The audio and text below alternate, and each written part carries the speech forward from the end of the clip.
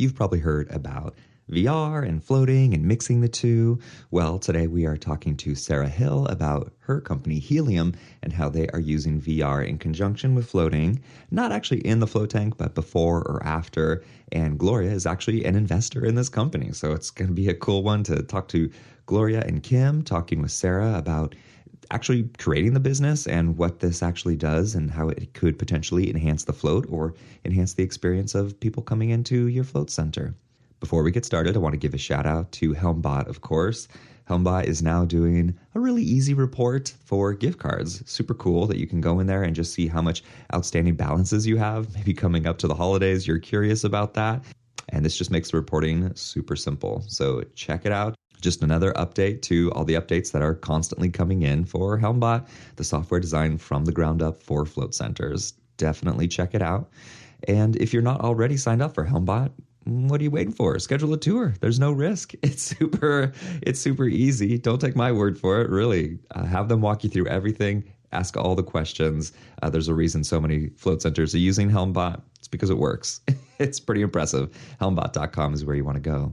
Also, big shout out to the FTA. I hope you guys were able to join if you're listening the day of here as this episode is released.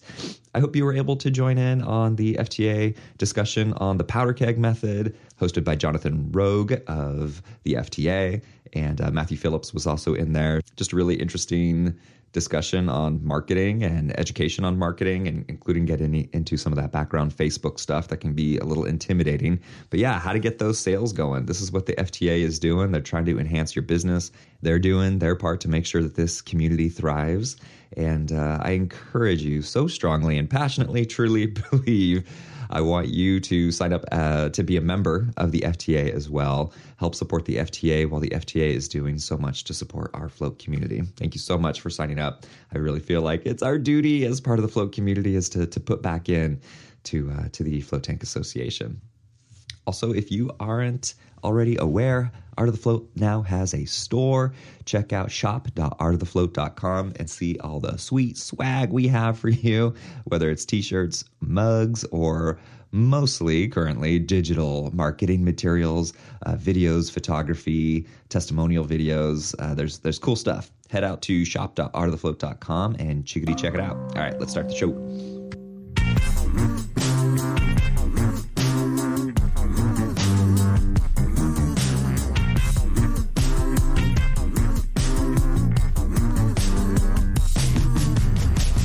Welcome to another episode of Art of the Float, where float centers thrive. I'm so happy I nailed that line on the first try, Kim. I did pretty well, didn't I? Yeah, Dylan would be proud.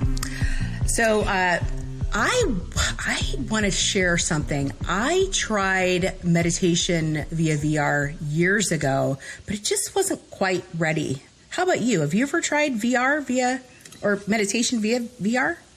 Not with VR. I've done a ton of meditation apps, and I have the oh my gosh, I suddenly blanked out. Of course, right when you asked me the question, the headband Muse meditation. Muse. Yes. And I've done tons of things that have some sort of like an artificial intelligence or the biofeedback sort of stuff, and I love using that, but I haven't gotten to pair it with any kind of VR just yet. So I'm curious to learn more.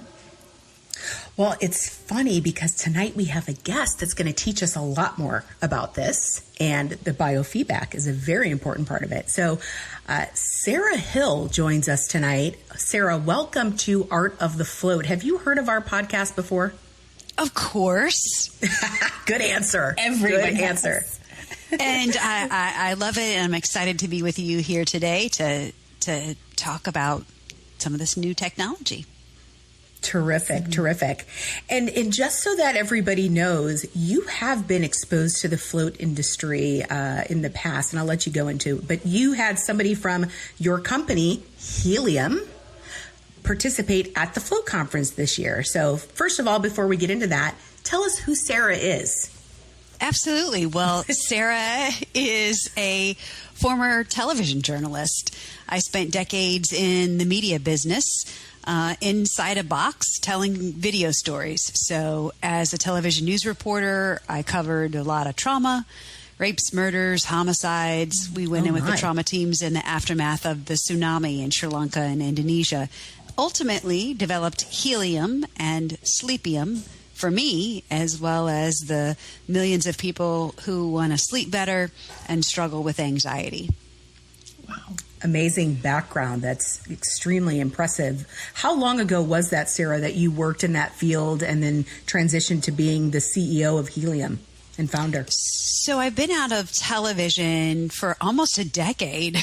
It's surprising. It doesn't seem like that long, but it was a great career. And I'm a story nerd and a technologist. And so Healium is a manifestation of storytelling with your body's electricity, in a sense, where you are able to see your emotions displayed inside these immersive stories, so you can learn to self-regulate. And my beat was covering a lot of veterans, and as a reporter, specifically terminally ill and aging veterans, and did a lot of stories about honor flights. If you're familiar with those are real physical flights that take veterans to see their memorials in Washington, D.C. And what we found in those stories is that some of these veterans weren't able to travel. And so as video technologists, we came up with a solution for them, which was virtual reality stories inside these headsets where they could feel like they were at the World War II, Vietnam, Korea, and women's memorials. And through that process, noticed that VR appeared to be impacting the veterans' physiology. They weren't just watching these experiences, they were absolutely feeling them. And that led us on a process to do a bunch of testing to see how different kinds of content in AR and VR impact the user. And can we create that content in a way that actually has an impact on brain patterns, heart rate, mood, sleep? And the answer to all of that is yes. Your media diet, just as you consume food, you also have a media diet that you consume with your eyes. And if you're constantly bombarding it with things in your social media feed or, what you watch on Netflix, you need that information to keep you safe, to know who to vote for, who to vote against, to know, is there a tornado? Am I living next to a child molester? You need all of that information.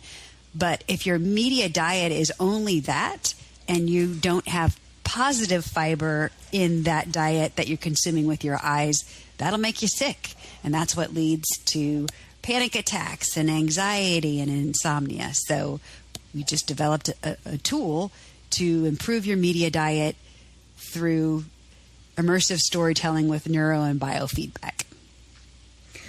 That background is really inspiring. I really did not connect those dots. I've talked to you a few times just to give context. So I met Sarah recently through another group, and I was very intrigued with this technology because some people in the industry know way back in the day, Sarah, I think it was 2016, I was dabbling with trying to measure your biofeedback by way of heart rate variability, and correlating it to your float appointment. So I had these little experiments going on. I don't know how much people know, but I was literally working with a healthcare incubator to try to collect this data. And so when I saw that this was out with you, I really wanted to learn more. Kim had mentioned an experience using the Muse headband before, and we also dabbled in that technology. So, Kim, what was your experience? What did you ever bring that into your float center?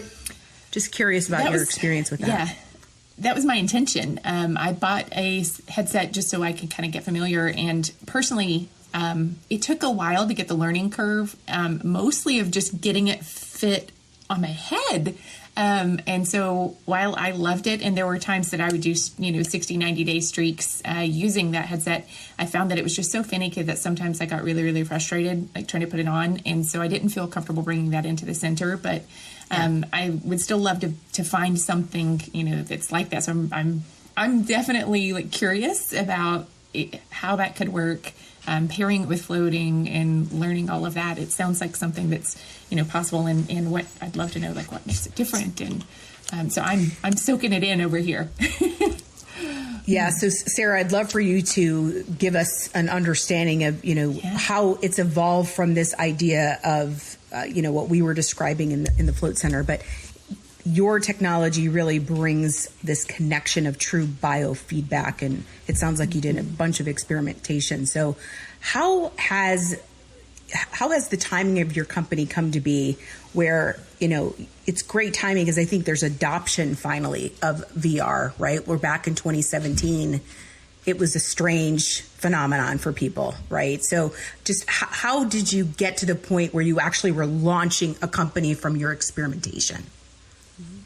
It was a very long process. Matter of fact, we did years of EEG brain map testing, and we still do it. And, it's been almost 6 years. So every piece of content we create, we study to see how does it impact brain patterns and heart rate. And some studies that we've conducted, that externals entities have conducted, have actually been published in 6 peer-reviewed journals. So in those publications, Healium is mentioned as a way that quickly downshifts the nervous system, reduces anxiety, and improves mood very, very quickly. And so it was not a linear path in any way, which, it started essentially from trying to find a solution for those veterans, noticing that the technology in a very unique way impacted their physiology, doing brain maps to discover what's going on with their physiology, and then teaming up with my co-founder to discover how can we create this content in a way that allows the user to become more self-aware of what is going on with their brain patterns and with their heart rate. But it happened over a number of years. And let me tell you, integrating brain patterns and heart rate via consumer wearables, and we're hardware agnostic. So we don't make any of the wearables. Y'all go get whatever wearable you use, bring your own wearable, BYOW, and you can plug it into Healium. We're adding new wearables all the time. So essentially anything that captures data, we can create content out of it and make it spatial. But it was a very long process, and it's not easy to do, to integrate the body's electricity inside these experiences. Not only does it, turn traditional flat 2D storytelling through the filter of its fixed rectangle on its head, but there are also, a lot of technical challenges that we had to overcome in order to educate users about how they can experience content in immersive content in a new way. So can you kind of describe the whole process on how somebody starts with Healium, just kind of the user experience in terms of facilitating it for someone? So we encourage people to start, if you've never experienced virtual or augmented reality before, without a wearable. And that is, when I say wearable, I mean a smartwatch or an EEG headband. Inside the goggles, if you've never been in virtual reality before, just start there. Put it on your face and instantly passively watch the experience and get used to what that's like. Get used to how, if you turn your head side to side, that you're in a bubble of video. Get used to, on a mobile device, what it's like to tap the floor or tap something and have it spawn a 3D asset inside your environment, just on your mobile device if you don't have goggles. And so you can start by downloading our app that's on iOS or Android, and that will get you a free version of Healium in augmented reality. And then if you have goggles, you can choose to upgrade to virtual reality. And once you get the hang of that, then it is time to train. And when we say train, we mean importing heart rate or brain pattern data that you can actually see and become more self-aware of what your brain patterns or heart rate are doing inside those experiences. And most of us have never seen our brain patterns displayed in near real time. It's a muscle or an organ, that we have never had the opportunity to actually see to know, am I doing it right? And so if you've never seen that before, it can be awkward at first. Much as, you first rode a bike, you didn't know how to operate it. It's like, how do I control that firefly that's on the screen? But it takes practice and repetitions like anything else, and then you become more self-aware of what you need to do with your own internal state, whether it be with your breathing, with your hands on your lap, with your posture, with your facial expressions that can see a response and interrupt that stress response. So like any other physical fitness practice, this is just mental fitness that allows you to see, have a relationship, interact with your wearable data. And it's not just a flat number on your wrist or on a mobile app. It's actually a solar system that you can lighten and darken. It's butterflies that you can hatch by lowering your heart rate. It's a stress animal that you can change the colors of the jaguar's fur by increasing your feelings of focused calm. And that's a very long answer to your question. I love it.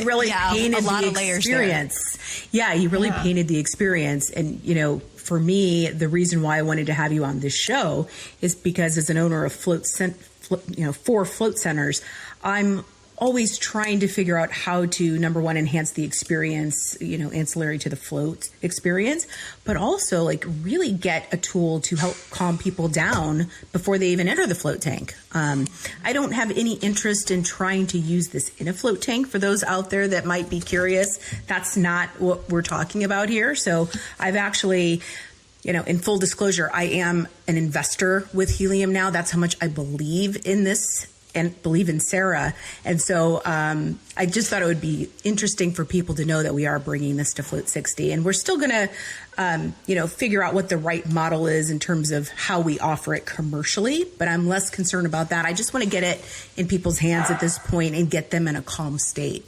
So I don't know if you want to speak to that in terms of, how that would work in your mind. And again, going back to my first comment about you and your exposure to the float industry, you were at the float conference, right? So how did your person kind of explain it? Yes. So essentially it is a portable digital chill pill that prepares you for the float tank. So before you go in, just as you would have any other different exercise, and a float is an exercise, a flavor of an exercise, you would need to mentally prepare. And so inside the goggles, even without a wearable, you can be taken someplace else and you can create a stored memory. And that's one of the things that we know through our research and other external entities out there is that virtual reality creates unique stored memories. And the brain ultimately believes what it sees. If it's inside a waterfall, you're not really inside the waterfall, but you think you're inside a waterfall. So before you go into that float tank, you can float through an ancient village and draw closer to a sunset. And all of these experiences are about 4 to 10 minutes, and you can get a stored memory. And I'll tell you what, when you close your eyes inside that float tank, you can recall that in your mind when you were in there. And it's the same thing after you get out. Maybe you're someone after you get out that you want to downshift your nervous system even more, or transition before you go out into reality in the real world. Well, Healium is that transition or that bridge that can take you from that feeling that you had inside the float and downshift the nervous system and really set your intention for either the rest of the day or the rest of the night, that you can take that feeling with you. So it's just creating unique memories, a drugless, non-harmful way to prepare and also recover pre and post float.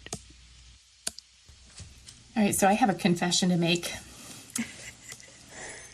I have been very hesitant about VR for a long time for many, many reasons. And my husband received an Oculus last year for a Christmas gift, and my whole family loves this thing. And he's been trying to get me, he's said several times that there's meditation apps in there and I can try some of this sort of stuff. And I don't know what my hesitation is at all, but hearing you speak about it, though, I'm like, okay, I think I might go upstairs right after we finish and put that thing on and just see what that full experience is. I've tried VR stuff before, so I'm not saying that I've never really done it, but I've never given it a fair chance, honestly.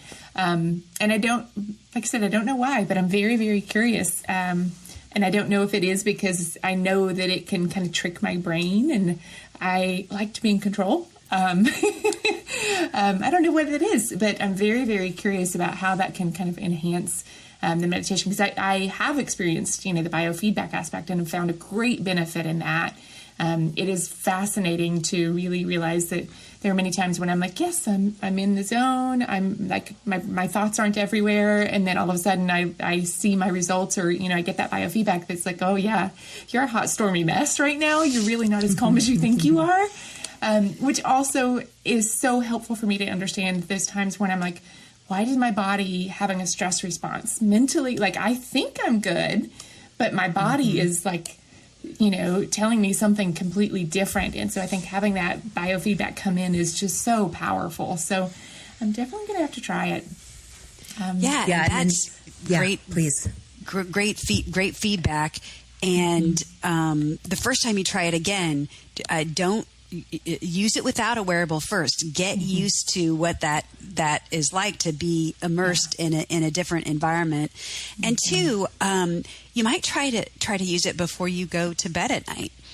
Yeah. It's a great tool to downshift, and it also, because of the visual aspects, I find I have some fascinating dreams. So I'd be curious what your dreams are like.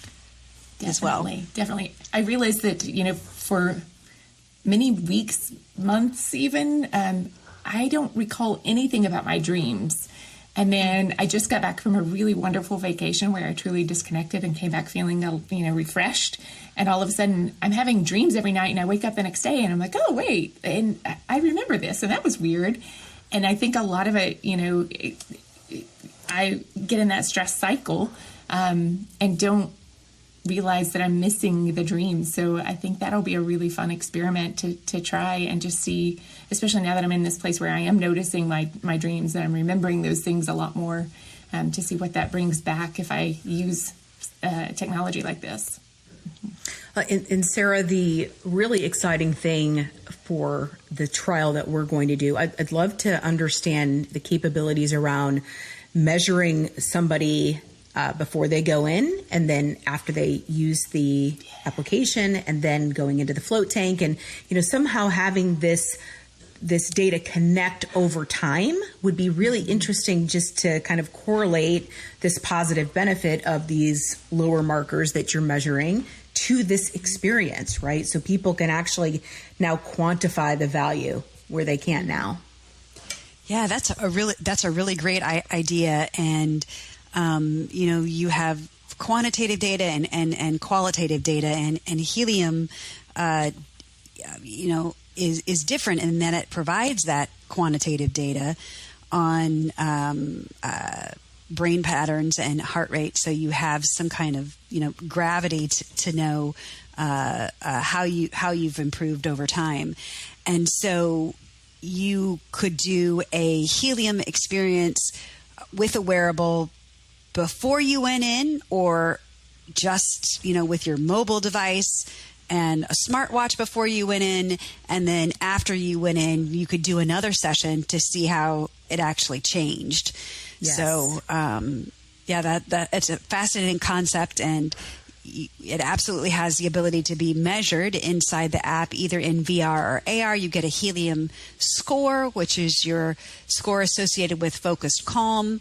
You can see how many sessions you did, how long you did them, and the difference in your score pre and post. So it's a great idea to be able to add, data to that float.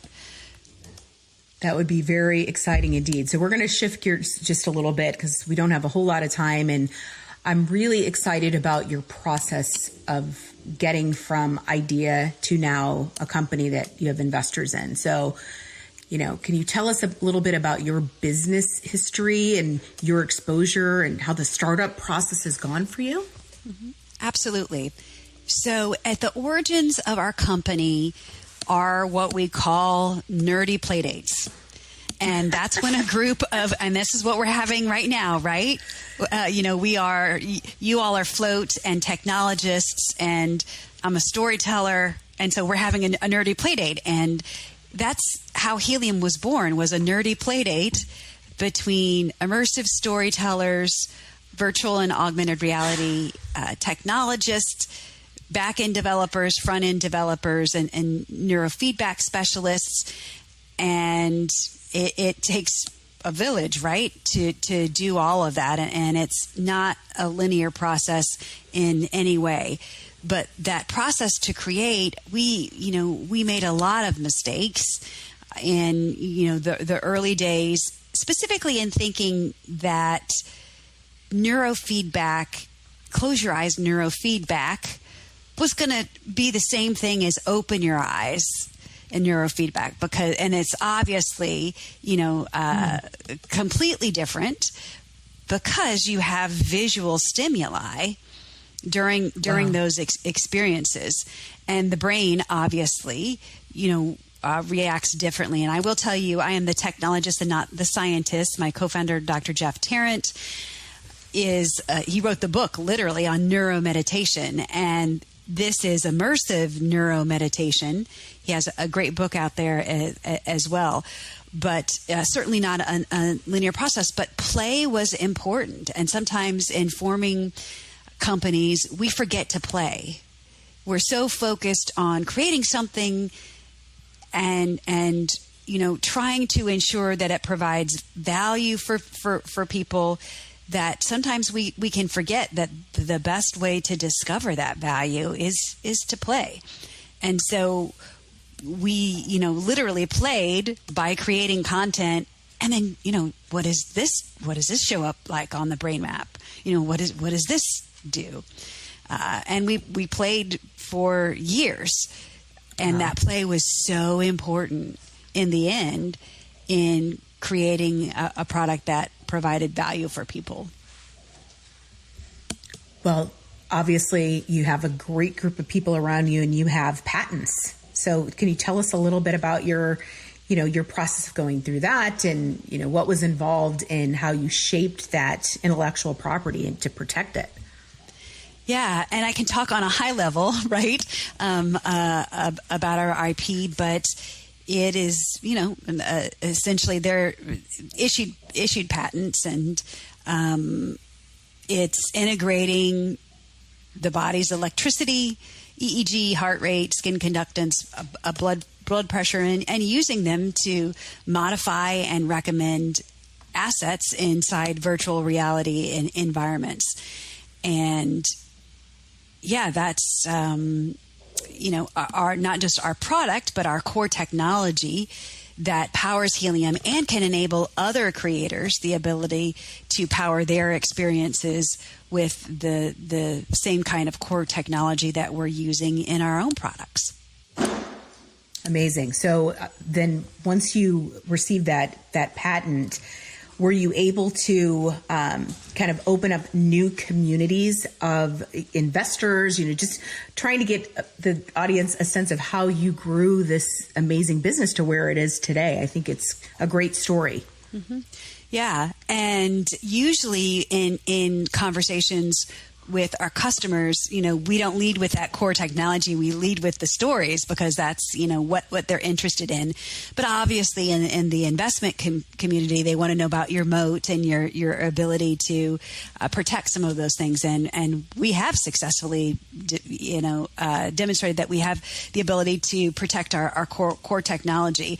And as with any company, investors are looking for what makes this company different than any other company. What's their moat or what's their barrier to entry that will keep others out from doing those experiences. But in the end of the day, what will prove to be most valuable for Healium? Is it the content that we create? Is it our IP? Is it our customer base? Is it our relationships? Is it our social purpose and our work with veterans? Or is it our stories? So that will be interesting to see. We'll have to come back in a bit and see what that cliffhanger was. Yes, and there's so many avenues that you can go down. So it's going to be really exciting to watch. And Kim, do you have any other questions before she tells us how to find Healium? No, I'm really excited about, learning about this and testing it out, though. It sounds like something that could really help folks, like Gloria was saying earlier, really, and you were saying that getting them prepared for the float, getting them in the right state of mind. But it could also be something that's just really beneficial to people, at large. I think all of us are looking for ways to find a sense of relief and a sense of ease. And I'm all for any kind of a product or service that can help do that, Awesome. Absolutely. Well, and I can't wait for you to try it. Yes. So definitely. Sarah, thank you so much for being on our show, and tell everyone where they can find you. You mentioned it's on the App Store for both platforms, but your website and how to get a hold of you if they want to learn more about Healium for their float center. Sure. You can go to tryhealium.com, and Healium is spelled Healium. So TRY Healium.com. And you can find us on the app stores, any of the mobile app stores, iOS, Android. Just search Healium in the App Store, or on your Oculus or Pico headsets. In its simplest form, it's a free app to download. There's a 2-week trial, and we have consumer licenses that are really affordable. And would love your feedback. We also take requests of different experiences that you want us to create, and look forward to getting it in the hands of many more float spas for that preparation and also that recovery after the float. Sarah, thank you so much for being here. We absolutely loved having you. We missed our boys tonight. It was a ladies only power show tonight. So Drew, Dylan, we missed you guys. Can't wait to have you back for the next episode. And until next time, go find some peace in Healium. Thank you, Kim. Thank you, Gloria. And of course, thank you, Sarah, for joining on Art of the Float. As we close out here, I just want to give a few shout outs, a few thanks, of course, again, to Kim and Gloria for hosting tonight while I was out and Drew were out. Beyond that, thank you so much for listening. We just appreciate you subscribing or clicking that follow button, listening every week. We appreciate you. Thanks to everybody who's supporting us on Patreon. It means a ton to us. It really does helps this show operate. And of course, big shout out to our sponsors, HelmBot and the FTA. Make sure that we're able to continually get awesome guests on here in conjunction with our amazing producer, Olga. Thank you so much for producing the show, making sure we have our guests on and show topics, all of that jazz. And I think that's it. All right, guys. I think Kim already did her shout out, so I'll just say we'll see you next week.